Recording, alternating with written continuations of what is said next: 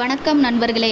இன்று நாம் 2026 ஐசிசி மகளிர் T20 உலகக்கோப்பையில் இந்திய மகளிர் அணியின் தற்போதைய நிலை, அரையிறுதிக்கு தகுதி பெறுவதற்கான வாய்ப்புகள் மற்றும் அடுத்து வரவிருக்கும் முக்கியமான போட்டிகளை பற்றி மிக விரிவாக பார்க்க போகிறோம். இந்த உலகக்கோப்பையில் இந்திய அணி மிகவும் சிறப்பான தொடக்கத்தை அளித்தது. பாகிஸ்தானுக்கு எதிராக 64 ரன்கள் வித்தியாசத்திலும், நெதர்லாந்து அணிக்கு எதிராக 95 ரன்கள் வித்தியாசத்திலும் அபார வெற்றி பெற்று அசத்தியது. ஆனால் ஜூன் 21 அன்று ஓல்டு டிராஃபோர்டில் நடைபெற்ற தென்னாப்பிரிக்காவுக்கு எதிரான போட்டியில் இந்தியா சந்தித்த தோல்வி அரையிறுதி பாதையை சற்று கடினமாக்கியுள்ளது. அந்த போட்டியில் முதலில் பேட் செய்த இந்திய அணி 20 ஓவர்களில் 158/7 என்ற கௌரவமான ஸ்கோரை எட்டியது. ஸ்மிருதி மந்தனா, ஷபாலி வர்மா மற்றும் ஹர்மன் பிரீத் கவுர் ஆகியோர் சிறப்பான தொடக்கத்தை அளித்திருந்தாலும் இறுதியில் ரன் ரேட்டை அதிகரிக்க தவறினர். 159 ரன்கள் என்ற இலக்கை துரத்திய தென்னாப்பிரிக்க அணிக்கு மரிசான் காப் மற்றும் லாரா ஹோல்வார்ட் ஆகியோர் சிறப்பான ஆட்டத்தை வெளிப்படுத்தினர். குறிப்பாக மரிசான் காப் பந்துவீச்சு மற்றும் பேட்டிங் இரண்டிலும் அசத்தி ஆட்ட நாயகியாக தேர்ந்தெடுக்கப்பட்டார். தென்னாப்பிரிக்க அணி 19.1 ஓவர்களிலே 4 விக்கெட்டுகளை மட்டும் இழந்து 161 ரன்கள் எடுத்து 6 விக்கெட்டுகள் வித்தியாசத்தில் வெற்றி பெற்றது. இந்த தோல்வி இந்திய அணியின் அரையிறுதி வாய்ப்பை கேள்விக்குறியாக்கி உள்ளது.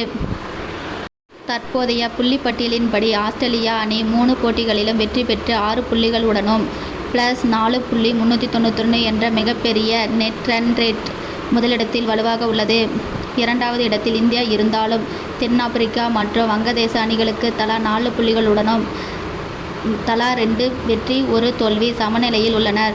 இதனால் இரண்டாவது அரையிறுதி இடத்தில் இந்த 3 அணிகளுக்கிடையே கடுமையான போட்டி நிலவுகிறது. இந்திய அணியின் முன்னாள் கேப்டன் மிதாலி ராஜ் கூறியது போல, தென்னாப்பிரிக்காவுக்கு எதிரான போட்டியில் இந்தியா வென்றிருந்தால் புள்ளிப்பட்டியலில் முதலிடத்தை பிடித்திருக்கலாம். ஆனால் இப்பொழுது ஆஸ்திரேலியாவை வீழ்த்தியே தீர வேண்டிய கட்டாயத்தில் இந்தியா உள்ளது. ஆம், இனி வரும் ஒவ்வொரு போட்டியிலும் இந்திய அணிக்கு வாழ்வா சாவா போட்டிதான். இந்திய அணியின் அடுத்த போட்டி ஜூன் 25 அன்று இரவு 7 மணிக்கு ஓல்டு டிராஃபோர்டு மைதானத்தில் வங்கதேச அணிக்கு எதிராக நடைபெற உள்ளது. வங்கதேச அணி இந்த தொடரில் மிகவும் அபாயகரமான அணியாக உருவெடுத்துள்ளது. அவர்கள் ஏற்கனவே பாகிஸ்தானை வீழ்த்தியுள்ளனர். இந்தியா இந்த ஆட்டத்தில் வெற்றி பெறுவது மட்டும் போதாது, மிகப்பெரிய வித்தியாசத்தில் வெற்றி பெற்று தங்களது நெட் ரன் ரேட்டை பலப்படுத்திக் கொள்ள வேண்டும்.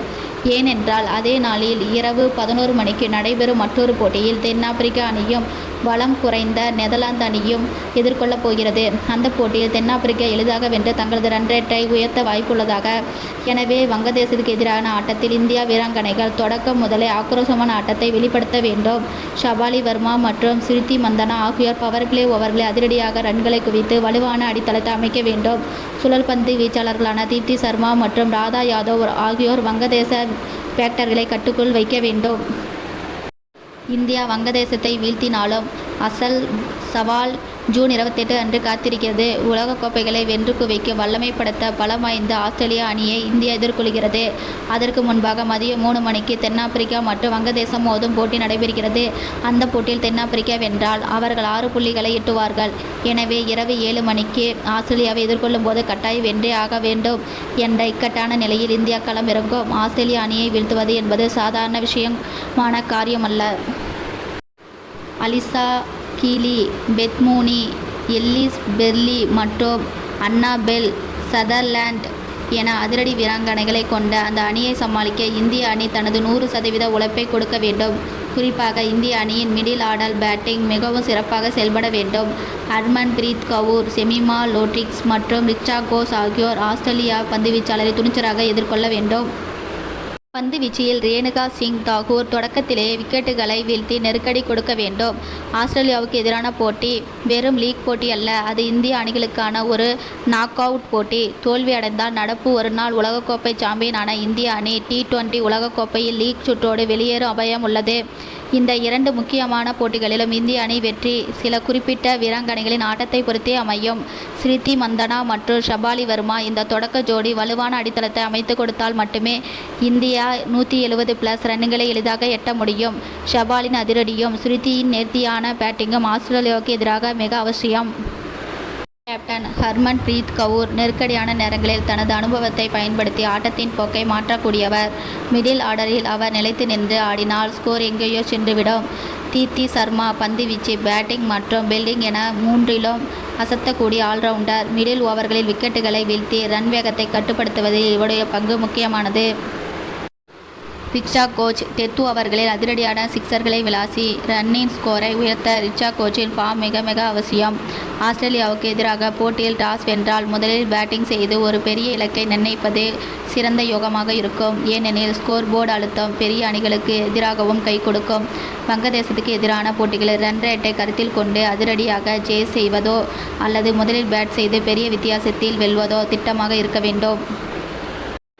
முடிவாக, இந்திய மகளிர் அணியின் பயணம் இப்பொழுது ஒரு மிக முக்கியமான கட்டத்தை எட்டியுள்ளது.